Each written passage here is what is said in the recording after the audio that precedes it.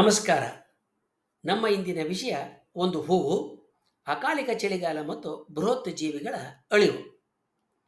ನಾವು ದೇವಮಾನವರು ಅಂತ ತಾವೇ ಪಟ್ಟ ಕಟ್ಟಿಕೊಂಡಿರುವ ಸದ್ಗುರು ಶ್ರೀ ಶ್ರೀಗಳು ಈ ನಾಗಪಂಚಮಿಯಂದು ನಮ್ಮ ಆಶ್ರಮದಲ್ಲಿ ನಡೆಯುವ ಕಾರ್ಯಕ್ರಮಗಳಲ್ಲಿ ಪಾಲ್ಗೊಂಡು ನಾಗನ ಆಶೀರ್ವಾದ ಪಡೆದು ಧನ್ಯರಾಗಿರಿ ಅಂತ ಅತ್ಯಾಧುನಿಕ ಸಂಪರ್ಕ ಮಾಧ್ಯಮಗಳ ಮೂಲಕ ಕೊಟ್ಟ ಕರೆಗೆ ವಿಜ್ಞಾನ, ಇಂಜಿನಿಯರಿಂಗ್ ಓದಿ ಕೈತುಂಬ ಸಂಬಳ ಎಣಿಸ್ತಾ ಇರುವ ವಿದ್ಯಾವಂತರು ಮುಗಿ ಬೀಳ್ತಾ ಇರಬೇಕಾದ್ರೆ ಇತರ ದೇಶಗಳಲ್ಲಿ ಜನ ನಿಸರ್ಗದ ಗುಟ್ಟನ್ನು ಅರಿಯುವ ವೈಜ್ಞಾನಿಕ ಅರಿವಿಗಾಗಿ ವಾದ ವಿವಾದಗಳನ್ನು ಮಾಡ್ತಾ ಇದ್ದಾರೆ.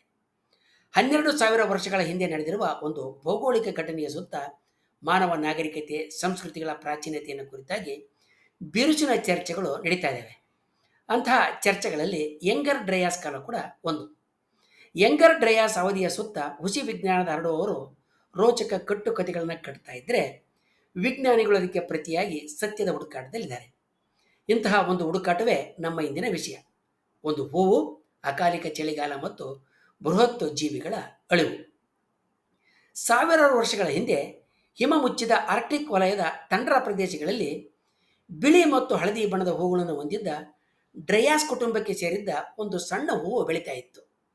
ಈ ಹೂವು ಬೆಳೀತಾ ಇದ್ದ ಪ್ರದೇಶದಲ್ಲಿ ಭಾರಿ ಗಾತ್ರದ ಜೂಲು ಆನೆಗಳು ಅಂದರೆ ಮ್ಯಾಮೂತ್ಸು, ಕೂದಲು ತುಂಬಿದ್ದಂಥ ಗೆಂಡಾಮೃಗಗಳು ಅಲೆದಾಡ್ತಾ ಇದ್ವು. ಈಗಲೂ ಕೂಡ ಈ ಆರ್ಕ್ಟಿಕ್ ಪ್ರದೇಶಕ್ಕೆ ಹೋದರೆ, ಅದರಲ್ಲಿಯೂ ಅಲಾಸ್ಕಾ, ಐಸ್ಲ್ಯಾಂಡ್, ಸ್ವೀಡನ್ ದೇಶಗಳ ಎತ್ತರದ ಕಲ್ಲು ಬೆಟ್ಟಗಳಲ್ಲಿ ಈಗಲೂ ಕೂಡ ಈ ಹೂವು ಬೆಳೆಯುತ್ತೆ ಮತ್ತು ಕಾಣಿಸುತ್ತೆ. ಆದರೆ ಅಂದಾಜು 13,000 ವರ್ಷಗಳ ಹಿಂದೆ ಈ ಹೂವಿನ ಜೊತೆಗಿದ್ದ ದೊಡ್ಡ ಗಾತ್ರದ ಜೂಲಾನೆ ಅಂದರೆ ಮೆಮೂತು, ಕೂದಲು ತುಂಬಿದ್ದ ಗೆಂಡಾಮೃಗಗಳು ಮತ್ತು ಇತರ ಪ್ರಾಣಿಗಳು ಅಳಿದು ಶಾಶ್ವತವಾಗಿ ಕಣ್ಮರೆಯಾಗಿದ್ದಾವೆ. 19ನೇ ಶತಮಾನದ ಆರಂಭದಲ್ಲಿ ವಿಜ್ಞಾನಿಗಳು ಪಳೆಯುಳಿಕೆ ಪತ್ರಗಳಲ್ಲಿ ಡೆನ್ಮಾರ್ಕು, ದಕ್ಷಿಣ ಯುನೈಟೆಡ್ ಕಿಂಗ್ಡಮ್ ಮುಂತಾದ ಪ್ರದೇಶಗಳಲ್ಲಿ ಡ್ರಯಾಸ್ ಹೂವಿನ ಕುರುಹುಗಳನ್ನು ಪತ್ತೆ ಹಚ್ಚುತ್ತಾರೆ. ಈ ಕುರುಹುಗಳು 2 ಅವಧಿಗೆ ಸೇರಿರ್ತವೆ. ಮೊದಲನೆಯದು 16,000 ವರ್ಷಗಳ ಹಿಂದಿನ ಹಳೆಯ ಓಲ್ಡರ್ ಡ್ರಯಾಸ್ ಅವಧಿ ಇದಾಗಿದ್ದರೆ, ನಂತರದ್ದು 12,000 ವರ್ಷಗಳ ಹಿಂದಿನ ಕಿರಿಯ ಡ್ರಯರ್ ಎಂಗಾಸ್ ಅವಧಿ. 12,000 ವರ್ಷಗಳ ಹಿಂದೆ ಅಂದಾಜು 1,500 ವರ್ಷಗಳ ಅವಧಿಗೆ ಸೀಮಿತವಾಗಿ ಈ ಹೂವು ಆರ್ಕಿಟ್ ವಲಯಕ್ಕೆ ಸೇರದ, ಹಿಮದಿಂದ ಮುಚ್ಚಲ್ಪಡದ, ಇಂಗ್ಲೆಂಡಿನಿಂದ ಮಧ್ಯ ಯುರೋಪಿನವರಿಗೆ ಹಬ್ಬಿರುವ ಭೂಮಿಯ ಉತ್ತರ ಗೋಳದ ಎಲ್ಲ ಪ್ರದೇಶಗಳಲ್ಲಿ ಕಾಣಿಸ್ತಾ ಇತ್ತು. ಭಾರೀ ತಣ್ಣನೆಯ ವಾತಾವರಣದಲ್ಲಿರಬೇಕಾದ್ರೆ ಈ ಹೂವು ಏಕೆ ಇಂತಹ ಬೆಚ್ಚನೆಯ ಪ್ರದೇಶಗಳಲ್ಲಿ ಈ ಅವಧಿಯಲ್ಲಿ ಕಾಣಿಸ್ಕೊಳ್ತು ಅನ್ನೋದು ವಿಜ್ಞಾನಿಗಳನ್ನು ಕಾಡತೊಡಗಿತು. ನಂತರ ನಡೆಸಿದ ಮುಂದುವರೆದ ಸಂಶೋಧನೆಗಳಿಂದ ಬೆಚ್ಚನೆಯ ಪ್ರದೇಶ ಕೆಲ ಕಾಲ ಚಳಿ ಪ್ರದೇಶ ಆಗಿದ್ದು, ಅಲ್ಲಿ ಡ್ರಯಾಸ್ ಹೂವುಗಳು ಬೆಳೆಯೋದಕ್ಕೆ ಅನುಕೂಲಕರ ಆಗುವಂಥ ತಾಪಮಾನ ಮತ್ತು ವಾತಾವರಣ ಇತ್ತು ಅಂತ ತಿಳಿದು ಬಂತು. ಇದು ತಾಪಮಾನ ಕುಗ್ಗೋದಕ್ಕೆ ಕಾರಣಗಳನ್ನು ಹುಡುಕುವಂತೆ ಮಾಡಿತು. 20,000 ವರ್ಷಗಳ ಹಿಂದೆ ಭೂಮಿಯ ಮೇಲೆ ಹಿಮದ ಪದರ ಗರಿಷ್ಠ ವ್ಯಾಪ್ತಿಯನ್ನು ತಲುಪಿತ್ತು. ಇದನ್ನು ಗ್ಲೇಷಿಯಲ್ ಮ್ಯಾಕ್ಸಿಮಮ್ ಅಂತ ಕರೀತಾರೆ. ಇದಾದ ನಂತರ ಹಿಮಕಾಲ ನಿಧಾನವಾಗಿ ಕಣ್ಮರೆ ಆಗ್ತಾ ಭೂಮಿಯ ವಾತಾವರಣ ಬೆಚ್ಚಗಾಗೋದಕ್ಕೆ ಪ್ರಾರಂಭ ಆಯಿತು. ಹೀಗೆ ಬೆಚ್ಚಗೆ ಆಗ್ತಾ ಇರಬೇಕಾದ್ರೇ, ಬಿಸಿ ಆಗ್ತಾ ಇರಬೇಕಾದ್ರೇ ಒಂದು ವಿಲಕ್ಷಣ ಘಟನೆ ಹೀಗೆ ಸುಮಾರು 13,000 ವರ್ಷಗಳ ಹಿಂದೆ ನಡೆದು, ಮುಂದೆ 1,500 ವರ್ಷಗಳ ಕಾಲ ತಾಪಮಾನ ಕುಗ್ಗಿ ನೀರು ಹೆಪ್ಪುಗಟ್ಟುವ ತಾಪಮಾನಕ್ಕಿಂತಲೂ ಕೆಳಗೆ ಕುಸಿತು. ಇದರ ಪರಿಣಾಮವಾಗಿ ಈಗ 9 ಡಿಗ್ರಿ ಸೆಲ್ಸಿಯಸ್ ತಾಪಮಾನದಲ್ಲಿರುವ ಬ್ರಿಟನ್ ಪಕ್ಕದ ಚಾನೆಲ್ ಐಲ್ಯಾಂಡ್ಗಳು ಪ್ರದೇಶದ ತಾಪಮಾನ -20 ಡಿಗ್ರಿಗೆ ಕುಸಿದಿತ್ತು. 1,500 ವರ್ಷಗಳ ಕಾಲ ಇದ್ದ ತಾಪಮಾನ ಕುಸಿತದ ಕಾಲವನ್ನು ವಿಜ್ಞಾನಿಗಳು ಯಂಗರ್ ಡ್ರಯಾಸ್ ಅಂತ ಕರೆದಿದ್ದಾರೆ. ಯಂಗರ್ ಡ್ರಯಾಸ್ ಅವಧಿ ಬರೋದಕ್ಕೆ 200 ವರ್ಷಗಳ ಹಿಂದೆ, ಅಂದರೆ ಹೀಗೆ 14,000 ವರ್ಷಗಳ ಹಿಂದೆ ಇಂಥವುದೇ ಚಳಿಗಾಲ ಬಂದು ಅದು 200 ವರ್ಷಗಳ ಕಾಲ ಅಸ್ತಿತ್ವದಲ್ಲಿತ್ತು. ಅದು ಓಲ್ಡರ್ ಡ್ರಯಾಸ್ ಅವಧಿ. ಯಂಗರ್ ಡ್ರಯಾಸ್ ಕಾಲದಲ್ಲಿ ಭಾರಿ ಗಾತ್ರದ ಪ್ರಾಣಿಗಳು ಅಳಿದು ಹೋಗಿರೋದ್ರಿಂದ ವಿಜ್ಞಾನಿಗಳು ಸಹಜ ಕುತೂಹಲದಿಂದ ಇದಕ್ಕೆ ಕಾರಣಗಳನ್ನು ಹುಡುಕ್ತಾ ಇದ್ದಾರೆ. ಗ್ರೀನ್ಲ್ಯಾಂಡ್ನಲ್ಲಿ ಮಂಜಿನಲ್ಲಿ ಕೊರೆದು ತೆಗೆದ ತಿರುಳುಗಳಲ್ಲಿ, ಹಾಗೆಯೇ ಯುನೈಟೆಡ್ ಕಿಂಗ್ಡಮ್ನಲ್ಲಿ ವಿಜ್ಞಾನಿಗಳು ಕೀಟಗಳ ಮತ್ತು ಹುಳುಗಳ ಪಳೆಯುಳಿಕೆಗಳನ್ನು ಅಧ್ಯಯನ ಮಾಡಿದಾಗ ಈ ಜೀವಿಗಳು 13 ಡಿಗ್ರಿ ಸೆಲ್ಸಿಯಸ್ ವಾತಾವರಣದಲ್ಲಿ ಜೀವನ ಮಾಡ್ತಾ ಬದುಕಿದ್ದಕ್ಕೆ ಪುರಾವೆಗಳು ದಕ್ಕಿದ್ದಾವೆ. ಹೀಗೆ ಬೆಚ್ಚಗಿನ ವಾತಾವರಣ ಇದ್ದಕ್ಕಿದ್ದಂತೆ ಏಕೆ ತಣ್ಣಗಾಗತೊಡಗಿತ್ತು ಅನ್ನೋದಕ್ಕೆ ಹುಡುಕಾಟಗಳನ್ನು ಕಳೆದ 200 ವರ್ಷಗಳಿಂದ ವಿಜ್ಞಾನಿಗಳು ಮಾಡ್ತಾ ಇದ್ದಾರೆ. ಇದಕ್ಕಾಗಿ ಹಲವಾರು ವಾದಗಳು ಕೂಡ ಮಂಡಿಸಲ್ಪಟ್ಟಿದ್ದಾವೆ. ಕಡಲಿನಲ್ಲಿ ಬಿಸಿ ನೀರಿನ ಅಲೆಗಳ ಹರಿವಿಕೆಯಲ್ಲಾದ ಬದಲಾವಣೆ, ಅಗ್ನಿಪರ್ವತಗಳ ಉಗುಳಿಕೆ, ಕ್ಷುದ್ರ ಗ್ರಹ ನೆಲಕ್ಕೆ ಅಪ್ಪಳಿಸಿದ ಘಟನೆಗಳನ್ನ ಮುಖ್ಯವಾಗಿ ಲೆಕ್ಕಕ್ಕೆ ತೆಗೆದುಕೊಳ್ಳಲಾಗಿದೆ. ಇವುಗಳಲ್ಲಿ ಮೊದಲನೇದು ಕಡಲಿನ ಅಲೆಗಳ ಹರಿದಾಟದಲ್ಲಿ ಆದ ಬದಲಾವಣೆ. ಸಮಭಾಜಕ ಅಂದರೆ ಈಕ್ವಟಾರ್ ವೃತ್ತದ ಸಮೀಪದ ನೀರು ಇತರ ಕಡೆಗಳಿಗಿಂತ ಹೆಚ್ಚು ಬಿಸಿಯಾಗಿ ಉತ್ತರದ ಕಡೆ ಹರಿಯೋದಕ್ಕೆ ಪ್ರಾರಂಭ ಮಾಡುತ್ತೆ. ಅದರಲ್ಲಿ ಸ್ವಲ್ಪ ಪ್ರಮಾಣ ಆವಿಯಾಗುತ್ತೆ. ಇದರಿಂದ ನೀರಿನಲ್ಲಿ ಕರಗಿದ್ದ ಲವಣದ ಅಂಶ ಹೆಚ್ಚುತ್ತೆ. ಈ ಬೆಚ್ಚನೆಯ ನೀರು ಉತ್ತರಕ್ಕೆ ಸರಿದಂತೆ ತಣ್ಣಗಾಗತೊಡಗುತ್ತೆ. ಇದರಿಂದ ನೀರು ಇನ್ನೂ ಹೆಚ್ಚು ಸಾಂದ್ರ ಆಗುತ್ತೆ ಮತ್ತು ಪಶ್ಚಿಮ ಯುರೋಪ್ನಲ್ಲಿ ಶಾಖ ಬಿಡುಗಡೆ ಆಗ್ತದೆ. ಈ ಎರಡು ಸ್ಥಿತಿಗಳು ಸಾಗರದ ನೀರು ಒಂದು ಕಡೆಯಿಂದ ಇನ್ನೊಂದು ಕಡೆಗೆ ಹರಿಯುವಂತೆ ಮಾಡ್ತದೆ. ಸಾಗರದ ನೀರಿನ ಈ ಪ್ರವಾಹ ನಿಧಾನ ಆದರೆ ಉತ್ತರದ ಗೋಳ ಹೆಚ್ಚು ತಂಪಾಗುತ್ತೆ. ಯಾವ ಕಾರಣದಿಂದ ಸಾಗರದ ನೀರಿನ ಹರಿವು ನಿಧಾನಗೊಳ್ತಾ ಇದೆ ತಿಳಿಯೋದಕ್ಕೆ ಪ್ರಯತ್ನವನ್ನು ಮಾಡಲಾಗೈತೆ. ಕೆಲವು ವಿಜ್ಞಾನಿಗಳು ಕೆನಡಾದ ಸಮೀಪದ ಆರ್ಕ್ಟಿಕ್ ವಲಯದಲ್ಲಿ ಒಂದು ಬೃಹತ್ ಗಾತ್ರದ ಮಂಜಿನ ಪರ್ವತ ಇತ್ತು. ಈ ಪರ್ವತ ಅಣೆಕಟ್ಟೆಯಂತೆ ಭಾರೀ ಪ್ರಮಾಣದ ನೀರನ್ನು ಸಂಗ್ರಹಿಸಿ ಉಳಿಸಿಕೊಂಡಿತ್ತು. ಇದ್ದಕ್ಕಿದ್ದಂತೆ ಈ ಮಂಜಿನ ಪರ್ವತ ಕುಸಿದೋಯ್ತು.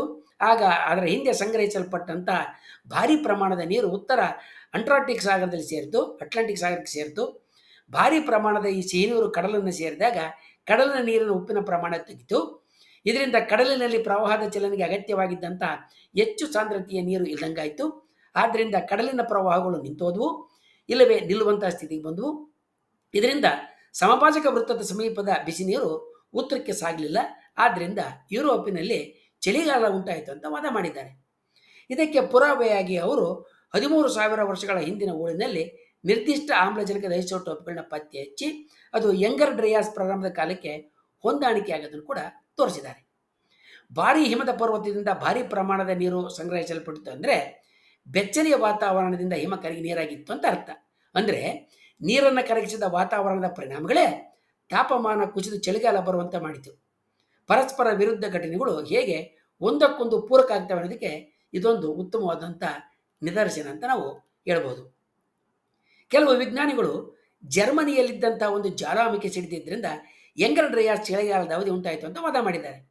ಇದಕ್ಕಾಗಿ ಅವರು ರೇಡಿಯೋ ಕಾರ್ಬನ್ ಪುರಾವೆಗಳನ್ನ ಪಳೆಯುಳಿಕೆಗಳಲ್ಲಿ ಒದಗಿಸ್ತಾರೆ. ಆದರೆ ಅಗ್ನಿಪರ್ವತ ಸಿಡಿದು ಉಂಟಾಗುವ ಇಂಥ ಪರಿಣಾಮಗಳು ಉಗುಳಿದಾಗ ಹೊಮ್ಮುವ ಗಂಧಕದ ಕಣಗಳಿಂದ ಏರ್ಪಡ್ತವೆ. ಅಗ್ನಿಪರ್ವತದಿಂದ ವಾತಾವರಣಕ್ಕೆ ಸಿಡಿಸಲ್ಪಟ್ಟ ಗಂಧಕದ ಕಣಗಳು ಸೂರ್ಯನ ಬಿಸಿಲಿನ ಹಿಂದಕ್ಕೆ ಪ್ರತಿಫಲಿಸಿ ಚಳಿಗಾಲ ಉಂಟಾಗಿರಬಹುದು. ಆದರೆ ಈ ಪರಿಣಾಮ 1-2 ವರ್ಷಗಳಿಗೆ ಮಾತ್ರ ಇರಬಹುದು. ಅದು 1000 ವರ್ಷಗಳ ದೀರ್ಘಾವಧಿಯ ಪರಿಣಾಮಗಳನ್ನ ಉಂಟು ಮಾಡೋದಕ್ಕೆ ಸಾಧ್ಯ ಇಲ್ಲ. ಆದ್ದರಿಂದ ಈ ವಾದವನ್ನು ಬಹುತೇಕ ವಿಜ್ಞಾನಿಗಳು ತಿರಸ್ಕಾರ ಮಾಡಿದ್ದಾರೆ. 2007ರಲ್ಲಿ 12,900 ವರ್ಷಗಳ ಹಿಂದೆ 1 ಕಿಲೋಮೀಟರ್ ಗಾತ್ರದ ಭಾರೀ ಉಲ್ಕೆ ಅಥವಾ ಕ್ಷುದ್ರ ಗ್ರಹ ಭೂಮಿಗೆ ಅಪ್ಪಳಿಸಿತು.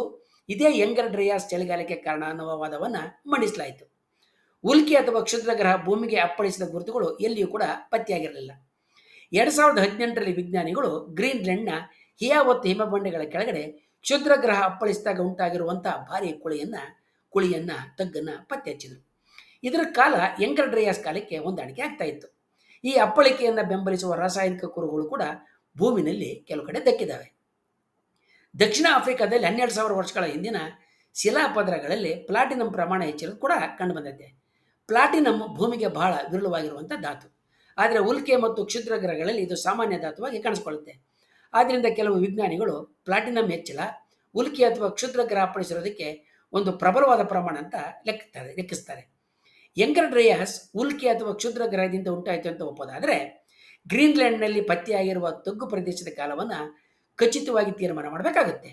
ಈ ಕಾಲದ ಅವಧಿಯನ್ನು ನಿರ್ಧರಿಸುವ ರಾಸಾಯನಿಕ ಪರೀಕ್ಷೆಗಳು ಎಲ್ಲ ವಿಜ್ಞಾನಿಗಳ ಒಪ್ಪಿಗೆಯನ್ನೇನು ಪಡೆದಿಲ್ಲ. ಆದರೆ ಯಂಗರ್ ಡ್ರಯಾಸ್ ಕಾಲದಲ್ಲಿ ಭಾರೀ ಬದಲಾವಣೆಗಳು ಬಂದಿರೋದು ಮಾತ್ರ ನಿಜ.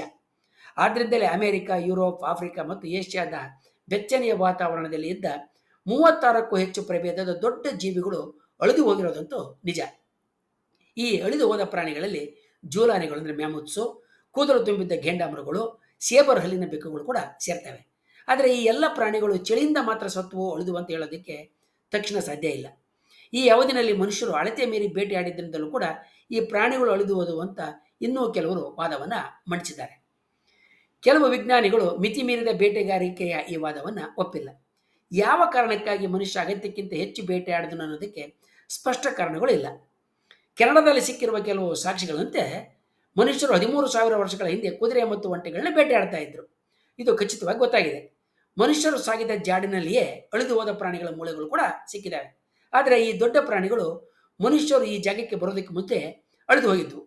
ಉತ್ತರ ಅಮೆರಿಕದಲ್ಲಿ ಮನುಷ್ಯನ ಹೆಜ್ಜೆ ಇಡುವ ಮೊದಲೇ ಕೆಲವು ಪ್ರದೇಶಗಳಲ್ಲಿ ಈ ಪ್ರಾಣಿಗಳು ಇಲ್ಲವಾಗಿದ್ದವು. ಆದ್ದರಿಂದ ಮನುಷ್ಯರು ಮತ್ತು ಬದಲಾಗುತ್ತಿದ್ದ ವಾತಾವರಣ ಹಾಗೂ ಇನ್ನಿತರ ಕಾರಣಗಳಿಂದ ಈ ಅವಧಿಯಲ್ಲಿದ್ದ ಪ್ರಾಣಿಗಳು ಅಳಿದು ಹೋಗಿರಬಹುದು. ಅದಕ್ಕೆ ಮನುಷ್ಯರು ಮನುಷ್ಯರು ನಡೆಸಿದ ಮೀರಿದ ಬೇಟೆ ಕಾರಣ ಅಲ್ಲ ಅಂತ ಪ್ರತಿವಾದವನ್ನು ಹೂಡಲಾಗೈತೆ. ಅಮೆರಿಕದ ಟೆಕ್ಸಾಸು ಮತ್ತು ಗ್ರೀನ್ಲ್ಯಾಂಡು ಇವೆರಡು ಭಾರಿ ಅಂತರದಲ್ಲಿದ್ದರೂ ಕೂಡ ಎರಡೂ ಕಡೆ ಯಂಗರ್ ಡ್ರಯಾಸು ಚಳಿಗಾಲ ಒಂದೇ ಸಲ ಕಾಣಿಸಿಕೊಂಡವು. ಆಗ ಟೆಕ್ಸಾಸ್ ಕಾಡುಗಳು ಹುಲ್ಲುಗಾವಲುಗಳಾಗಿ ಬದಲಾದವು. ಆಗ ಕಾಡೆಮ್ಮೆ ಮತ್ತು 2 ಪ್ರಭೇದದ ಕುದುರೆಗಳು ಕೂಡ ಅಳಿದು ಇನ್ನಿಲ್ಲದಂತೆ ಕಣ್ಮರೆಯಾದವು. ಹಾಲ್ಸ್ ಗವಿನಲ್ಲಿ ಸಿಕ್ಕಿರುವ ಪಳೆಯುಳಿಕೆಗಳಿಂದ ಹಲವಾರು ಬೆಚ್ಚನೆಯ ವಾತಾವರಣದಲ್ಲಿ ಬದುಕುವ ಪ್ರಾಣಿಗಳು ಯಂಗರ್ ಡ್ರಯಾಸ್ ಅವಧಿಯನ್ನು ಹೊರತುಪಡಿಸಿ ಅದಕ್ಕೆ ಮೊದಲು ಮತ್ತು ನಂತರ ಬದುಕಿರೋದಕ್ಕೆ ಸಾಕ್ಷ್ಯಗಳು ಸಿಕ್ಕಿದ್ದಾವೆ. ಸಿರಿಯಾ, ದಕ್ಷಿಣ ಲೇವಂತ್ನಲ್ಲಿ ಬದುಕಿದ್ದ ನಟ್ಫಿಯನ್ ಸಂಸ್ಕೃತಿಯ ಜನ ಮೊಲ, ಜಿಂಕೆ, ಗಾಜಲ್, ಆಮೆ ಮುಂತಾದವುಗಳನ್ನ ಬೇಟೆಯಾಡ್ತಾ ಇದ್ರು. ಈ ಪ್ರದೇಶದ ಸಮೀಪದ ಕಡಲಿನಿಂದ ಪಡೆದಂಥ ಹೂಳಿನ ಐಸೋಟೋಪ್ಗಳಿಂದ ಈ ಪ್ರದೇಶದಲ್ಲಿ ಅಂದಾಜು 20 ವರ್ಷಗಳ ಕಾಲ ಚಳಿಗಾಲ ಇತ್ತು ಅಂತ ಗೊತ್ತಾಗಿದೆ. ಬೆಚ್ಚನೆಯ ವಾತಾವರಣ ಇರಬೇಕಾದ್ರೆ ನಡುವೆ ವೇಗವಾಗಿ ಮತ್ತು ಅನಿರೀಕ್ಷಿತವಾಗಿ ಚಳಿಗಾಲ ಬಂದಿದ್ದರಿಂದ ಮಾನವರು ವೇಗವಾಗಿ ಅನುಕೂಲಕರ ಜಾಗಗಳಿಗೆ ತಮ್ಮ ವಸತಿಗಳನ್ನು ಬದಲು ಮಾಡ್ಕೊಳ್ತೊಡಗಿದರು. ಡ್ರಯಾಸ್ ಚಳಿಗಾಲ ಕೊನೆಗೊಳ್ಳೋದಕ್ಕೆ 400 ವರ್ಷಗಳ ಮೊದಲು, ಅಂದರೆ ಅದು ಪ್ರಾರಂಭವಾದ 800 ವರ್ಷಗಳ ನಂತರ ಕಡಲಲ್ಲಿದ್ದ ಪ್ರವಾಹಗಳು ಮತ್ತೆ ಮೊದಲಿನಂತೆ ಉತ್ತರ ಗೋಳದತ್ರ ಸಾಗಲಿಕ್ಕೆ ಪ್ರಾರಂಭ ಮಾಡಿದಿರೋದು ಖಚಿತವಾಗಿ ಗೊತ್ತಾಗಿದೆ. ಹೀಗೆ ಬಿಸಿ ಪ್ರವಾಹ ಉತ್ತರಕ್ಕೆ ಸಾಗಿದಂತೆ ಮತ್ತೊಮ್ಮೆ ವಾತಾವರಣ ಹಿಂದಿನ ಬೆಚ್ಚನೆಯ ಸ್ಥಿತಿಗೆ ಬಂತು.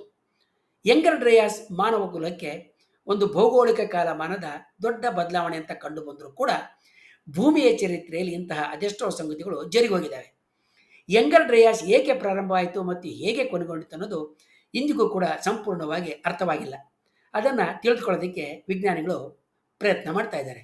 ಆದರೆ ಹಿಮ ಮುಚ್ಚಿದ ಪ್ರದೇಶವನ್ನು ತನ್ನ ನೆಲೆಯಾಗಿ ಇರಿಸಿಕೊಂಡಿದ್ದಂಥ ಒಂದು ಸಣ್ಣ ಹೂವು ಹೇಗೆ ಒಂದು ಜಾಗತಿಕ ವಾತಾವರಣದ ಘಟನೆಯ ಬದಲಾವಣೆಗೆ ಸಾಕ್ಷಿಯಾಯಿತು ಅನ್ನೋದೇ ಒಂದು ಅದ್ಭುತ. ಮುಂದಿನ ವಿಡಿಯೋಗಳಲ್ಲಿ ನಾವು ಡ್ರಯಾಸ್ ಅವಧಿಯನ್ನು ಕುರಿತಾಗಿ ಹುಸಿ ವಿಜ್ಞಾನ ಹೇಗೆ ಕಟ್ಟಲ್ಪಟ್ಟಿದೆ, ಹೇಗೆ ಇದು ಜನರನ್ನು ತಪ್ಪು ದಾರಿಗೆ ಎಳಿತಾ ಇದೆ ಅನ್ನೋದನ್ನು ತಿಳ್ಕೊಳ್ಳೋಣ. ವಂದನೆಗಳೊಂದಿಗೆ.